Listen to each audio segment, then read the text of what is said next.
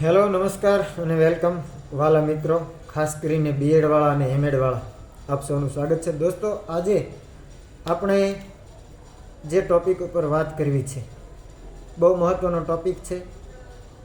ક્રિયાત્મક શિક્ષણ એટલે કે ક્રિયા દ્વારા શિક્ષણ વિદ્યાર્થીઓને આપવાની બાબત વિશે આજે આપણે ચર્ચા કરીએ. તો સૌથી પહેલાં આપણે ક્રિયાત્મક શિક્ષણ એટલે ખરેખર શું, એમાં શું હોય, એક રીતે કહીએ તો તેનો અર્થ અથવા વ્યાખ્યા કે પછી એની સંકલ્પના શું હોય, એના વિશે આપણે પહેલાં સ્પષ્ટ રીતે વાત કરી અને પરિચિત થઈએ, જેથી આપણને ખ્યાલ આવે કે ખરેખર આ ક્રિયાત્મક શિક્ષણ એટલે શું અને એના હેતુઓ શું.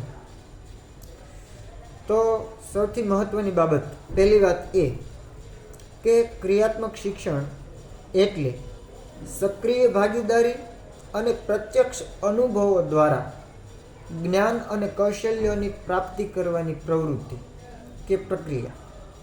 જુઓ, તમે શબ્દ પર ધ્યાન આપજો, બહુ મહત્ત્વની વાત આ શબ્દોમાં કરવામાં આવી છે. ક્રિયાત્મક શિક્ષણ એટલે શું?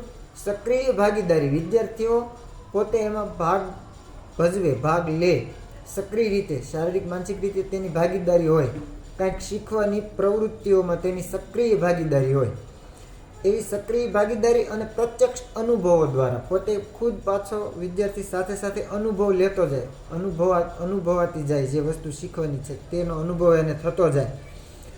એવી રીતે શિક્ષણ સક્રિય ભાગીદારી અને પ્રત્યક્ષ અનુભવ દ્વારા કોઈ પણ જ્ઞાન કે માહિતી છે અથવા તો જે વિષય વસ્તુ શીખવાનું છે તેનું, અથવા તો જે કૌશલ્યો આત્મસાત કરવાના છે, ચરિતાર્થ કરવાના છે, એને પ્રાપ્ત કરવાની પ્રક્રિયા એટલે ક્રિયાત્મક શિક્ષણ.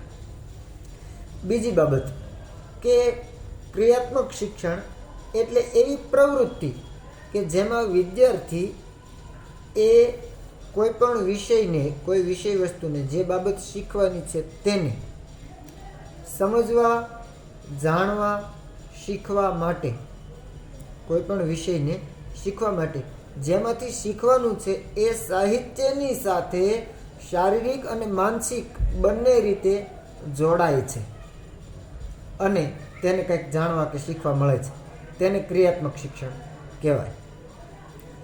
બીજી બાબત કે ક્રિયાત્મક શિક્ષણ એ ભણવાની, શિક્ષણ મેળવવાની, કંઈક પ્રાપ્ત કરવાની અથવા તો વિદ્યાર્થીઓને ભણાવવાની એક એવી શૈક્ષણિક વ્યૂહરચના છે કે એમાં વિદ્યાર્થીઓ પોતે પ્રયોગો કરે, અનુકરણો કરે, સમસ્યાઓના નિરાકરણો કરે અને ધીરે ધીરે એમ કરતાં કરતાં કંઈક શીખે.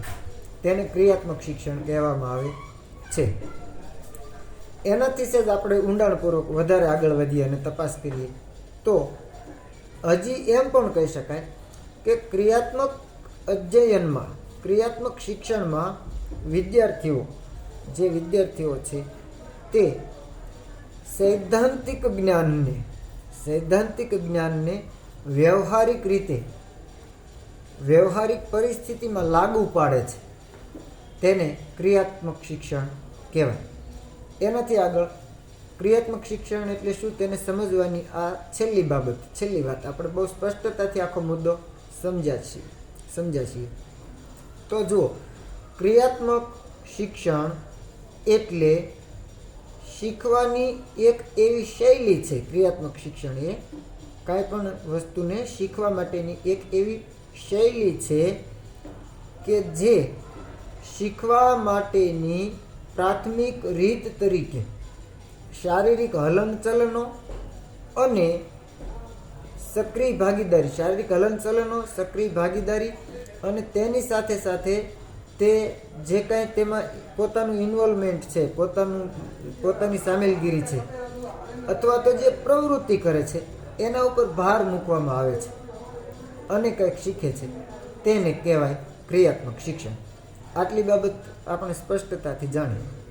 તો હવે આ ક્રિયાત્મક શિક્ષણની અંદર જે પ્રવૃત્તિ કરવાની છે તે પ્રવૃત્તિની ગોઠવણ પણ છે. દાખલા તરીકે એમાં અભ્યાસના હેતુઓની વાત હોય, પછી એમાં જરૂરિયાતોની પૂર્તિ, આ પ્રવૃત્તિઓની ગોઠવણની વાત છે. ક્રિયાત્મક શિક્ષણ માટે જે કાંઈ પ્રવૃત્તિ કરવાની છે તેની ગોઠવણ કેવી હોય એની વાત છે. અભ્યાસના કંઈક હેતુઓ હોય, સાથે સાથે જરૂરિયાતોની પૂર્તિ હોય, સાધન સામગ્રીઓ બધું વગેરે હોવું જોઈએ. વિદ્યાર્થીઓની લાક્ષણિકતાઓ હોય, એનાથી આગળ વિદ્યાર્થીઓનો રસ, પછી કૌશલ્યો અને અનુભવો વગેરે બાબતોનો એમાં સમાવેશ થાય.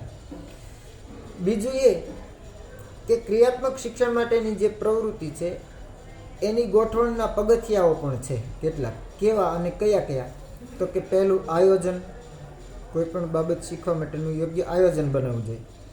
આયોજન પૂરું થાય પછી આયોજનનો અમલ, કે કેવી રીતે તે બાબત શીખવવામાં આવશે.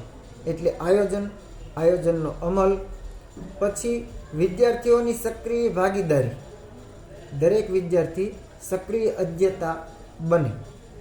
બરાબર. એનાથી આગળ કે શું, કેવી રીતે, કોની સાથે, પછી શું, આવા બધા પ્રશ્નો છે. એ બધાની અનિવાર્યતા પણ આ ક્રિયાત્મક શિક્ષણની પ્રવૃત્તિની ગોઠવણના પગથિયામાં થાય છે. આમાં શિક્ષકની શું ભૂમિકા હોઈ શકે એ પણ એક બહુ મહત્ત્વની બાબત છે. શિક્ષક આમાં એક આયોજન કરતા છે, એક વ્યવસ્થાપક છે, આયોજક છે, વ્યવસ્થા કરનાર. બરાબર. બીજું એ કે નિર્ણાયક છે, નિર્ણય લેનાર છે, શિક્ષકને નિર્ણયો લેવાના છે. ત્રીજું જ્ઞાનનો ભાગીદાર, એને તો શિક્ષકને તો જે શીખવાનું છે, જે પ્રક્રિયા પ્રવૃત્તિ દ્વારા, એ બધી એને તો ખ્યાલ જ છે. બીજું એ કે શિસ્ત પળાવનાર, વિદ્યાર્થીઓને શિસ્તનું પાલન કરાવે, માર્ગદર્શન અને સલાહ આપે. આ બધી શિક્ષકની ભૂમિકા હોય. હવે આપણે જોઈએ તો આ ક્રિયાત્મક શિક્ષણ જે છે તે શા માટે, એના હેતુઓ શું, એની વાત કરીએ આપણે. તો પહેલી બાબત કે વિદ્યાર્થીઓની સક્રિય ભાગીદારી, એ એનો પહેલો હેતુ છે. વિદ્યાર્થીઓ સક્રિય રીતે જોડાય. શેની સાથે, કોની સાથે જોડાય? તો કે જે શીખવાનું છે વિષય વસ્તુ તેની સાથે જોડાય. બીજું કે કૌશલ્યોની પ્રાપ્તિ, વિદ્યાર્થીઓને કંઈક કૌશલ્યો આત્મસાત થાય, ચરિતાર્થ થાય. બરાબર. કેવા કૌશલ્યો? રોજિંદા જીવનમાં અને રોજિંદા વ્યવહારોમાં કામ લાગે એવા કૌશલ્યોની એને પ્રાપ્તિ થાય. ત્રીજું, અનુભવોમાંથી શીખવાની તક મળે. વિદ્યાર્થીઓ કોઈ પણ બાબતને અનુભવથી શીખી શકે, પોતાના અનુભવથી. અથવા તો એમ પણ કહી શકાય કે જે શીખવાનું છે તે વિષય વસ્તુને અનુભવથી શીખી શકે. ચોથી વસ્તુ, વ્યવહારુ કુશળતાની પ્રાપ્તિ, પોતાના રોજિંદા જીવનમાં અને વ્યવહારોમાં કામ લાગે એવા કૌશલ્યો, એવી કુશળતાની એને પ્રાપ્તિ થાય. સંચાર કૌશલ્ય, ટીમ વર્ક એટલે કે જૂથ કાર્ય વગેરે બાબતો એને મળે. બરાબર. પછીની બાબત તો કે વિદ્યાર્થીઓ જે શીખે છે એને પોતાના જીવનમાં અપનાવી શકે, અમલ કરી શકે.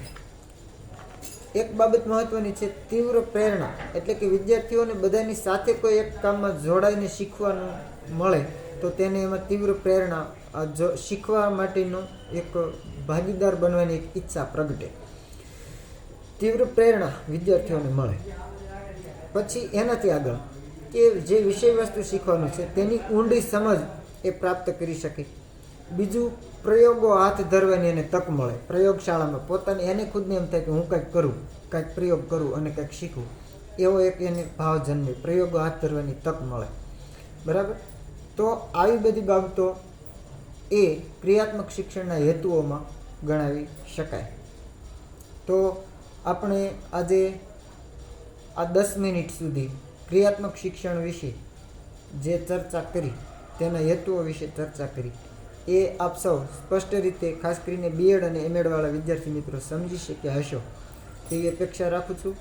ફરીવાર આપણે નવા કોઈ ટૉપિક પર, આવા શૈક્ષણિક ટૉપિક પર ચર્ચા કરશું બીજા વિડીયો દ્વારા અને યુટ્યુબના માધ્યમથી. ત્યાં સુધી આપ સૌએ આ વાતને શાંતિથી સાંભળી એ બદલ આપ સૌનો આભાર. Thank you. જય માતાજી. અસ્તુ.